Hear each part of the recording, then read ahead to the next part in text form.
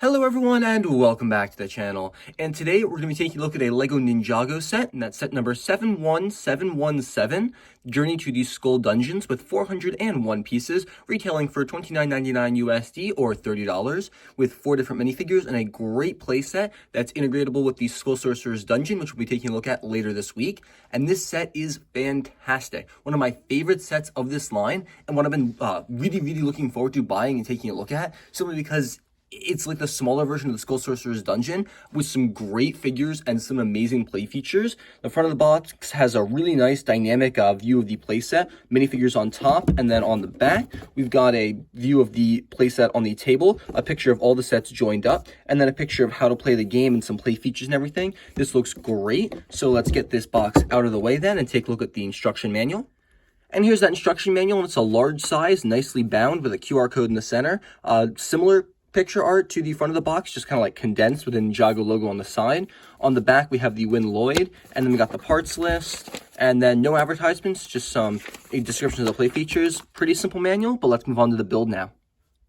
All right, and here's the set all built up, and it looks fantastic. It's a really good model, very nice architecture and design. It looks really good. And then we have two of these side builds, which don't have too much to do with the actual playset itself. They're more for the board game, so we'll take a look at those separately right after the minifigures.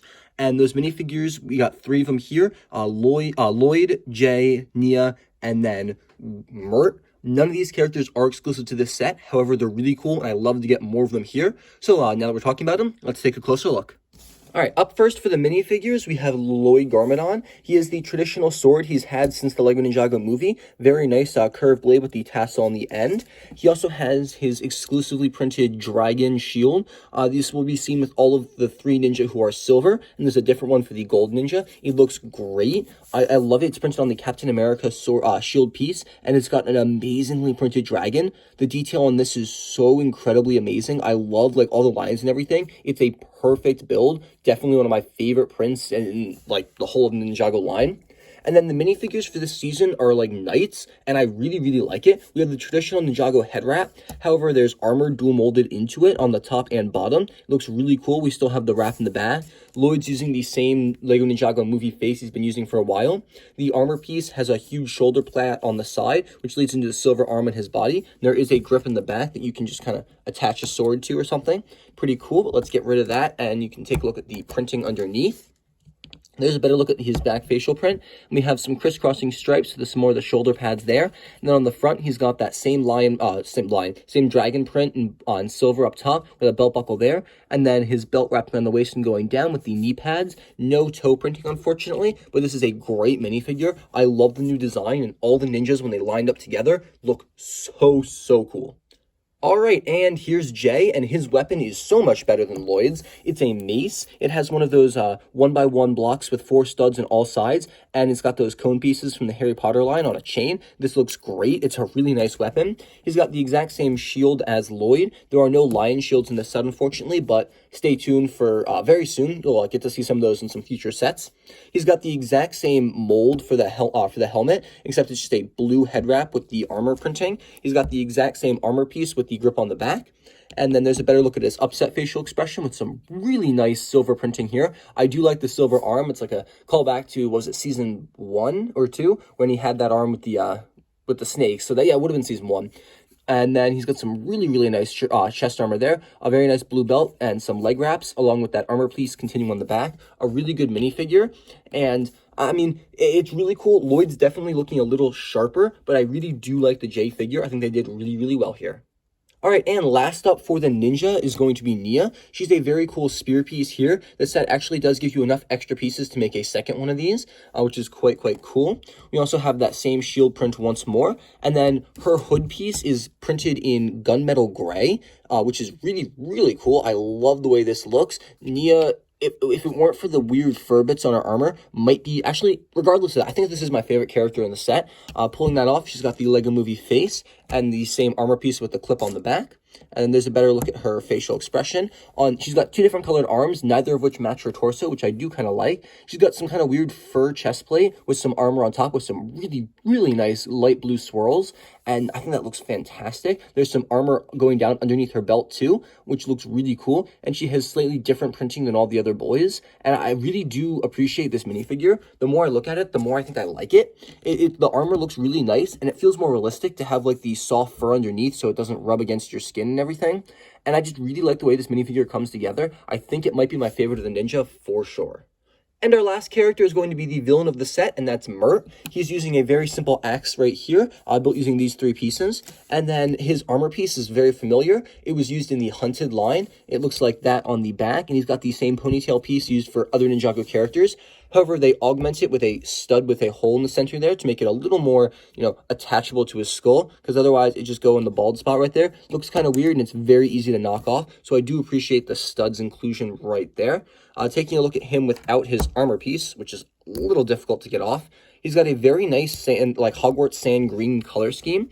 He's got a very upset and rough expression on this side. And on the back, he's got some really nice skin detailing and printing, kind of scales. He's got a rock necklace going all around his torso. He's got some very nice kind of like muscle printing on the back. No printing on his arms, which is unfortunate. He does have that same kind of scaly design on his legs, along with a tunic, which looks great. Some very intimidating abs, some more scales there, and the front of his rock necklace. I really like this minifigure. It's probably my well, if it weren't for the Skull Sorcerer, this would definitely be my favorite of the villains. I really like the unique color scheme look. My only complaint is that we get him, I think, 3 times in the wave and no other variations of him or his species, which I think is disappointing. We got 2 different purple goblins after all.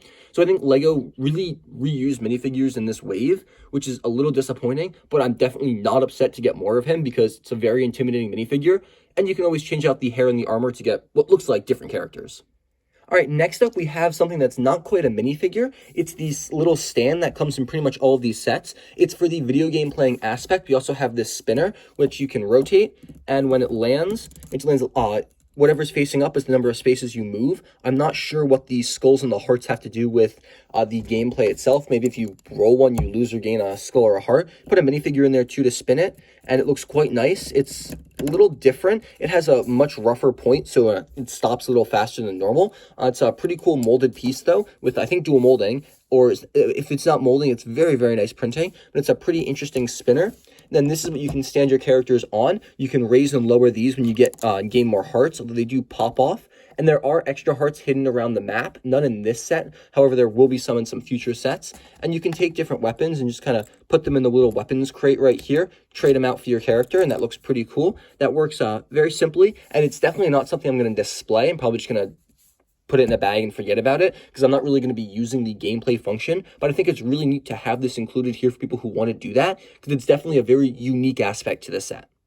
All right, and we're back to the actual build of the set, so let's get rid of all of these characters and take a look at the actual build. While we're on it, we're going to take a look at that jail cell. This jail cell is identical to the one that will appear in the Skull Sorcerer's dungeon, and you can raise and lower it very simply. It's on a chain mechanism in the back here.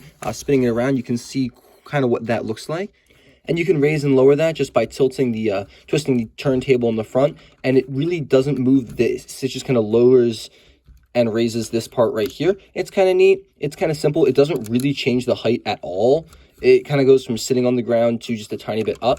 Here's the knob that you twist, and there's that. It's pretty simple, not too much to say about it. Very, very basic. You can fit a minifigure inside. However, you're hard-pressed to fit one of the ninja with all of their gear, and even then, it's a little bit of a tight squeeze, but it's a very simple cage. And then my only problem with this set, design-wise, is this does not stay on very well. It kind of wiggles around very loosely and moves around, and this is what's used to connect the set to the other portions of the maze. We have the clip right here and 2 clips on the back, and those latch in right there. This is one piece, and this is a separate piece. We're going to take a look at this first, and this is where most of the stickers in the set are.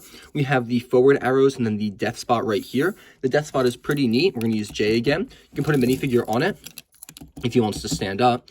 And then when you push in on this red piece that's right here, let's see what happens. It flips up that wire right there, and it launches the entire platform straight up. It works pretty well and pretty reliably. You also have a green flame right there and a black spider. So pretty cool, although it's really basic, but it's really nice to get more expansions to the dungeon. And here is the main portion of the set. and this looks amazing. We have some really great translucent orange bricks in the back, making that lava flow from all the way at the top here, all the way down. Up here, we do have a cauldron with 2 bones, some of that green fire. We have one of the black swords, which looks great, very dynamic, and it's reversed in white for some of the other sets that we took a look at already. I really love this mold, and you can see there's a little gem hiding behind the broken board right here. Those boards are stickers, unfortunately. And then we have some steps going up to the top here, along with these little porches, kind of like wood panels with no stickers that kind of hold the deck up. It doesn't actually hold the deck up. It just gives it the appearance of, so, you know, it's a little nicer. And then in the back, we have a blue crystal here and a little bed for Mert to lie on. I do appreciate that they kind of included all that because they used one of the big ugly rock pieces. And it's really nice to see just that they didn't leave this blank. They actually took the time to put stuff back here. And there are 2 clips there for extra weapons. If you don't want him holding his axe, you can just clip that right there. Pretty simple. There's really not too much else to say for this set, guys. I really, really like it. If you don't have enough money or you just don't feel like getting the actual Skull Sorcerer's dungeon, this is the perfect set for you because you get half the minifigures of the wave, and it's pretty much the same thing, just in a smaller scale, and the play features are very similar, and honestly, 10 out of 10 for this set, guys. I would highly recommend it to any fan of LEGO Ninjago or any fan of just like kind of Dungeons and Dragons role-playing in general, because this set is like it's so reminiscent of that, especially with the whole gameplay feature and everything we took a look at earlier. So yeah, definitely, if you can still find this set, guys, go out and buy it. I know it's sold out pretty much everywhere on Lego.com and online shopping, but my local Target still has it, and you'll be able to find it on Amazon. That's all I got for you guys today, though, so thank you very, very much for watching. I hope you enjoyed this review. Let me know what sets you guys want to see reviewed in the comments down below. I'll be sure to get to them if I can get my hands on them. But thank you all for watching, and I want you all to have a fantastic and safe day.